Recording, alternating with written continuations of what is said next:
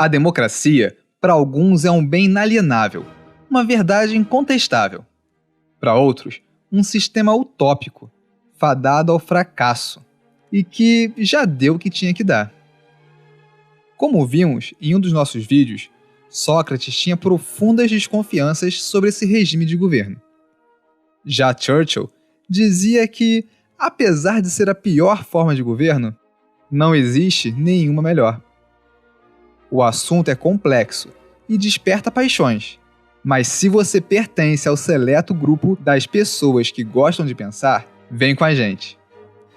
Charles-Louis de Secondat, o Barão de Montesquieu, buscou em meados do século XVIII propor uma investigação racional sobre as formas de governo, amparada pelo espírito das leis. Oi, eu sou Alex e no Super Leituras de hoje vamos conhecer um pequeno fragmento do vasto pensamento de Montesquieu, focando nos princípios da democracia e nas causas que poderiam levar à sua ruína. E para você que encarar essa investigação até o final, eu vou deixar um presente. Cabe a você e a mais ninguém decidir se o aceita ou não.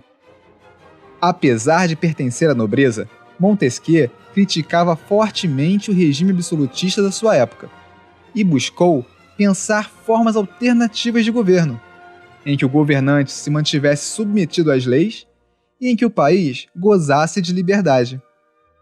Então, para começar, a gente precisa entender que Montesquieu identifica 3 formas de governo, que apesar de apresentarem alguns paralelos com a tradicional divisão aristotélica, a atualizava com o rigor científico, típico do iluminismo, se apoiando no estudo sistemático das leis, na observação dos fenômenos reais e na experiência. Assim, em vez de monarquia, aristocracia e democracia, o filósofo francês falava em despotismo, monarquia e república. E para ele, a existência e a manutenção de cada regime dependeria de um princípio norteador. Na monarquia, esse princípio é a honra, e no despotismo, o medo.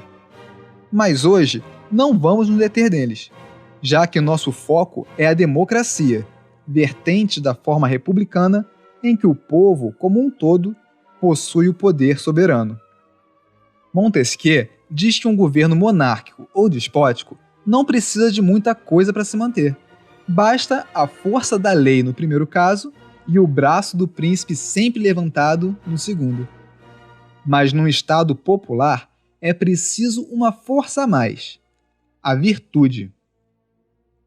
Na democracia, o povo deve realizar corretamente tudo aquilo que puder realizar e exercer sua soberania através do voto, elegendo seus representantes para que, segundo as leis, realizem corretamente tudo que o povo, por si só, não puder realizar. Para que isso funcione, é necessário que aquele princípio fundamental esteja presente tanto nos governantes quanto nos governados. A virtude, compreendida aqui como amor à pátria e à igualdade, ou seja, um ímpeto de não agir por interesses próprios, mas de sempre buscar respeitar as leis, que, por sua vez, devem ser feitas respeitando as características e os costumes de cada povo. Por isso, numa democracia ideal, quem manda executar as leis sente que ele próprio a elas está submetido e que delas sofrerá o peso. Esse ideal de igualdade só é possível quando aliado à ideia de frugalidade, ou seja, de moderação, em que os representantes do povo não tenham excessos de direitos e mordomias, e nem o povo espere receber suas próprias mordomias, para que assim todos sejam igualmente felizes e possam nutrir as mesmas esperanças. Mas sabendo que essa virtude seria algo difícil de se esperar, Montesquieu propôs uma forma de buscar facilitar essa moderação: a sua famosa divisão dos poderes em legislativo, executivo e judiciário, inspirada por seu contato com a monarquia constitucionalista inglesa, um regime que, segundo o filósofo, tinha como principal objetivo um fator caro a ele: a liberdade. A tripartição dos poderes dava independência a cada esfera de atuação, ao mesmo tempo em que criava os freios que um regime despótico não possui. Isso garantiria o tipo de liberdade que ele defendia e que não pode ser confundido com libertinagem. É a liberdade subordinada a um conjunto de leis, pois o lugar natural da virtude é junto à liberdade, mas ela não se encontra mais perto da liberdade extrema do que da servidão. Outro ponto fundamental é que um governante despótico, ou mesmo monárquico, pode oferecer recompensas a seus súditos, como dinheiro e honrarias. Mas numa república ideal, a própria virtude já é o motivo para satisfazer a população, e o Estado só recompensa com testemunhos dessa virtude. Ou seja, o povo não deve buscar vantagens pessoais, e o governo deve incentivar isso através do exemplo. Montesquieu indica que a responsabilidade em uma república é solidária. Para ele, um governo despótico já é corrompido por natureza, e uma monarquia se corrompe quando o príncipe desconhece a própria autoridade ou a eleva acima das leis, ou seja, a responsabilidade está inteiramente nas mãos do governante. Na democracia, o governante é escolhido dentre alguém do povo e só pode ser corrompido por alguém do povo ou corromper alguém do povo. E aliado a isso, vem o perigo da demagogia.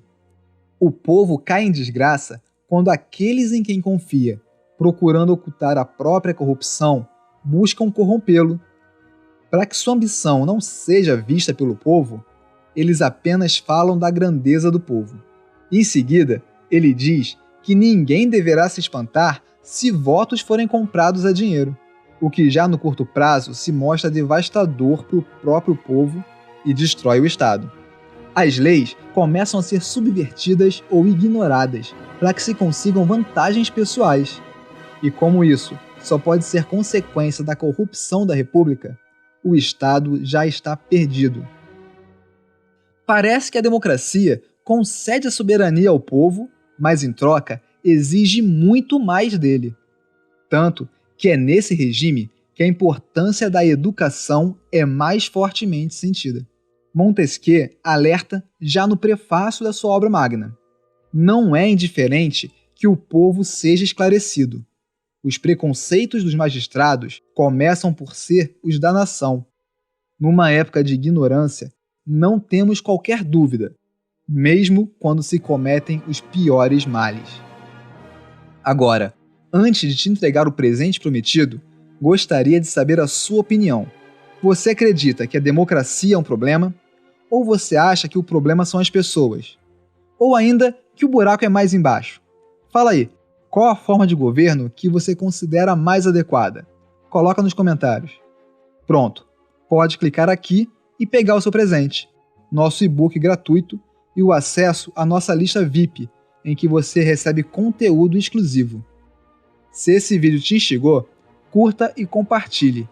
Se inscreva no canal, ative o sininho e siga a gente nas redes sociais. Um grande abraço e até a próxima!